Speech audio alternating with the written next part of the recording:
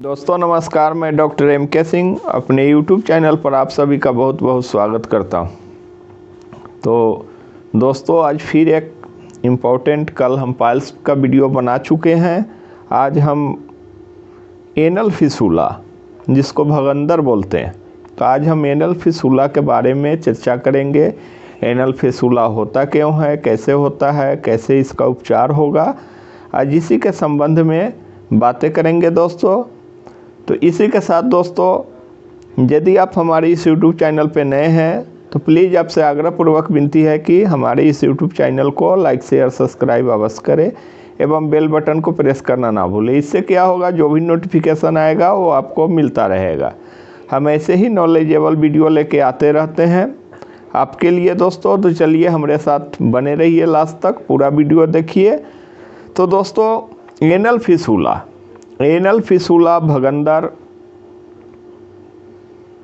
हो जाता है, लोग घबरा जाते हैं, लोग सर्जन के पास जाते हैं, ऑपरेट करवा लेते हैं, लेकिन ऑपरेट के बाद भी फिर से ओपनिंग में फिर से आ जाता है। तो इसका निदान नहीं होता। ऑपरेशन के बाद भी कई पेशेंट को हम लोग देखे हैं जो उसके बावजूद भी एनल फिसूला उनको नहीं जा पाता है।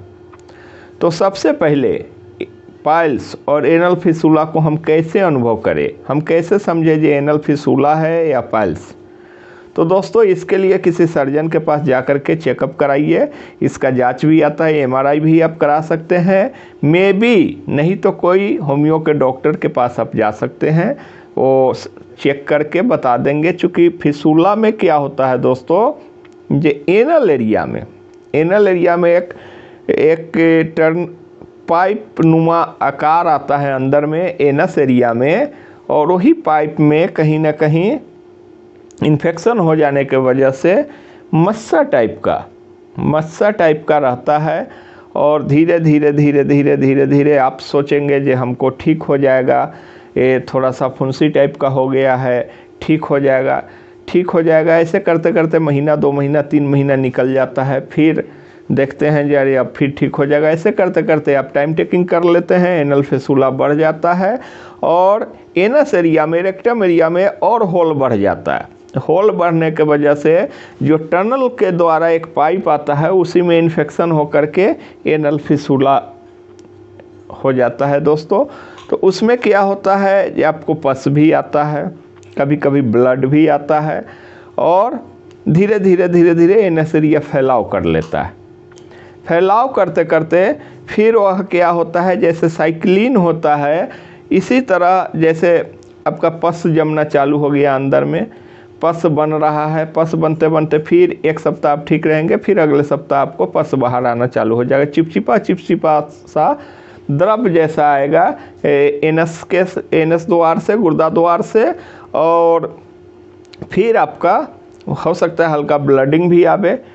तो सबसे पहले ओवर या क्रॉनिक कंस्टिपेशन जिन लोगों को होता है, वहीं से ये फिसूला होने का चांसेस बन जाता है। कंस्टिपेशन ही इसका मेजर होता है दोस्तों। काफ़ी क्रॉनिक होते होते रेक्टम एरिया में आप जाएंगे स्टूल पास करने, तो आपको काफ़ी बल लगाना पड़ेगा। तो उस बल लगाने से धीरे धीरे पाइल्स होता है। कभी कभी पाइल्स से ऊपर भगंदर हो जाता है, एनस फिसूला होने लगता है। तो घबराना नहीं है, बिल्कुल ठीक हो जाता है। कई पेशेंट को हम लोग ठीक किए हैं दोस्तों।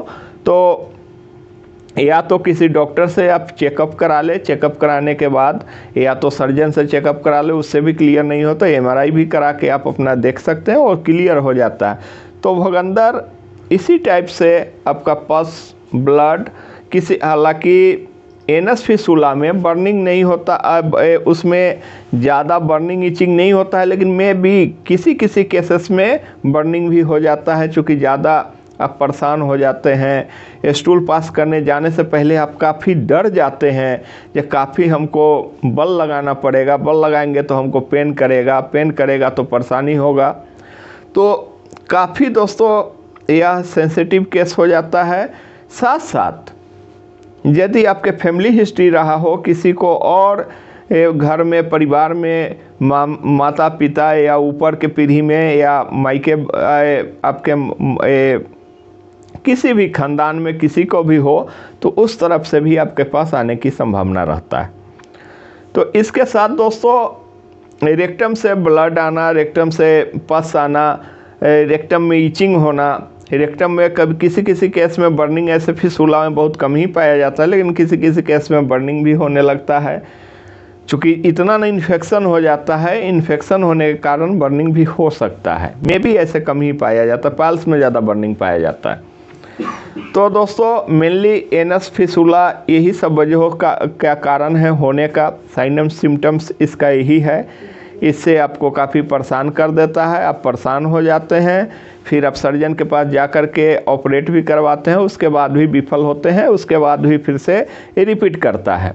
तो सबसे पहले दोस्तों खान पान जो भी है हमारा, उसमें उसको मेंटेन करें, ज़्यादा से ज़्यादा साग सब्जी, हरा सब्जियाँ खाने का कोशिश करें, साथ साथ मैक्सिमम सलाद ये सब खाने का कोशिश करें। और जो भी नेचुरल फूड हमारा है, चावल दाल रोटी जो भी है, इसको ज़्यादा से ज़्यादा ले। और चाइनीज़ फूड, फास्ट फूड ये सब को अवॉइड करें। ज़्यादा यदि परेशानी है तो उस कंडीशन में आप चिकन मटन को भी थोड़ा अवॉइड करें, तो ये सब से आप बच पाएंगे। साथ साथ दोस्तों मिल्क प्रोडक्ट जो भी है, दही हो गया, ये जो भी है, ये सब को आपको अवॉइड करना है। इसमें मिल्क प्रोडक्ट से बिल्कुल दूरी बना ले, फिर धीरे धीरे ठीक हो जाएगा। तो इसके लिए दोस्तों सबसे पहला, पस आ रहा हो और काफ़ी परेशानी में हो आप, तो उस कंडीशन के लिए अब इसमें हम कौन कौन सा मेडिसिन ले जो हमारे लिए सूटेबल हो। तो चिपचिपा सा द्रव आए और एनस एरिया में थोड़ा सा फैलाव हो जाए, और फैलाव होने के साथ साथ कि कभी कभी ब्लड भी आ सकता है, कभी कभी पस भी आ सकता है। तो इस कंडीशन के लिए काफ़ी इम्पोर्टेंट मेडिसिन दोस्तों हीफर सल्फर। हीफर सल्फर आप 200 पोटेंसी में 2 ड्रॉप्स 2 टाइम या 3 टाइम डायरेक्ट टंग पर ले, डायरेक्ट जीभ पर ले हीफर सल्फर। तो इससे काफ़ी आपको राहत मिलेगा। नेक्स्ट दोस्तों, नेक्स्ट मेडिसिन इसके लिए काफ़ी इम्पोर्टेंट मेडिसिन है, काफ़ी हीलिंग कैपेसिटी को बढ़ाता है और उससे काफ़ी लाभप्रद मेडिसिन है। तो नेक्स्ट मेडिसिन हमारा है वह हीलिंग कैपेसिटी, और एक प्रकार का समझिए जो घाव आपको हो गया है, बिल्कुल हिंदी भाषा में समझिए, इतना इतना छोटा छोटा मस्सा रहेगा। तो हीलिंग कैपेसिटी को बढ़ाने के लिए ग्रेफाइटिस काफ़ी डीप रेमेडी है। तो ग्रेफाइटिस 2 ड्रॉप 200 पोटेंसी में, 200 पोटेंसी में ग्रेफाइटिस 2 ड्रॉप 2 टाइम या 3 टाइम्स एज पर नीड्स। जिस टाइप का आपका केसेस होगा उस टाइप से आप इसको ले डायरेक्टली ऑन टंग। नेक्स्ट दोस्तों, यदि बर्निंग हो और इचिंग हो तो उस कंडीशन में आप एस्क्यूलस भी आप ले सकते हैं। यदि बर्निंग इचिंग हो तो, नहीं हो तो फिर उसको नहीं लेना है।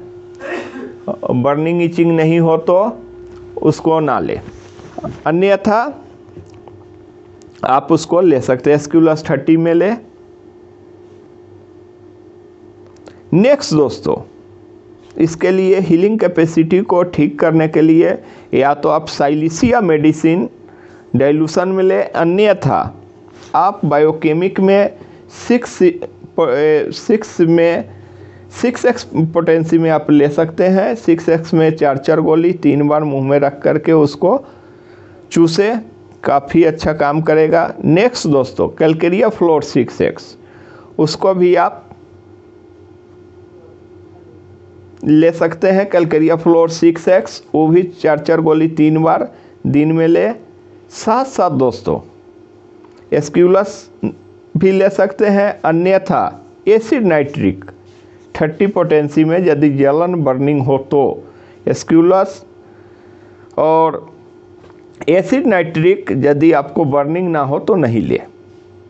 नेक्स्ट, वीक में आप एक दिन फिक्स कर ले, फ्राइडे हो, संडे हो, मंडे हो, किसी भी दिन थूजा 200 पावर में, 200 CH में, 200 CH में थूजा को आप वीक में 1 बार ले, 2 ड्रॉप्स।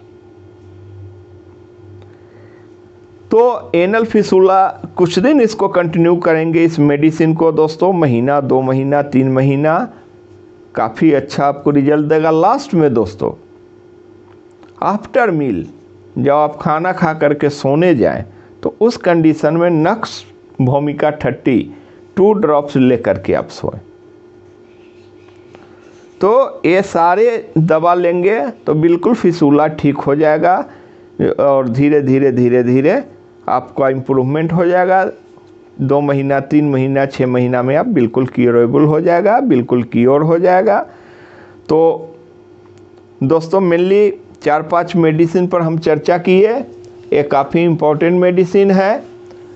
और पहला आपका हीफर सल्फर 200 पोटेंसी में 2 ड्रॉप 3 टाइम्स या 2 times as per needs. Next medicine हमारा है ग्रेफाइटिस 200, उसको भी 2 ड्रॉप्स 2 टाइम या 3 times. Next Calcarea floor 6x 4 गोली मुंह में रख के चूसना है। नेक्स्ट मेडिसिन हमारा है साइलेसिया 6x, उसको भी 4 गोली 3 बार मुंह में रख के चूसना है। उसके बाद यदि बर्निंग हो, जलन हो, इचिंग हो, चुभन हो, तो उस कंडीशन में एसिड नाइट्रिक 30 2 ड्रॉप्स 3 टाइम्स ले। साथ साथ नेक्स्ट मेडिसिन हमारा है थूजा, वीक में 1 बार लेना है, वो आप दिन फिक्स कर लेंगे, संडे हो, मंडे हो, फ्राइडे हो, कोई एक दिन वीक में 1 बार ही लेना है। इसी के साथ दोस्तों आपका सब एनल फिसूला से आप निजात पा जाएंगे, एनल फिसूला से आप ठीक हो जाएंगे। इसी के साथ यदि हमारा ये वीडियो दोस्तों अच्छा लगा हो तो प्लीज़ इस वीडियो को लाइक शेयर सब्सक्राइब करें एवं ज़्यादा से ज़्यादा लोगों को शेयर करें। इसी के साथ दोस्तों मिलते हैं नेक्स्ट वीडियो में। जय हिंद जय भारत।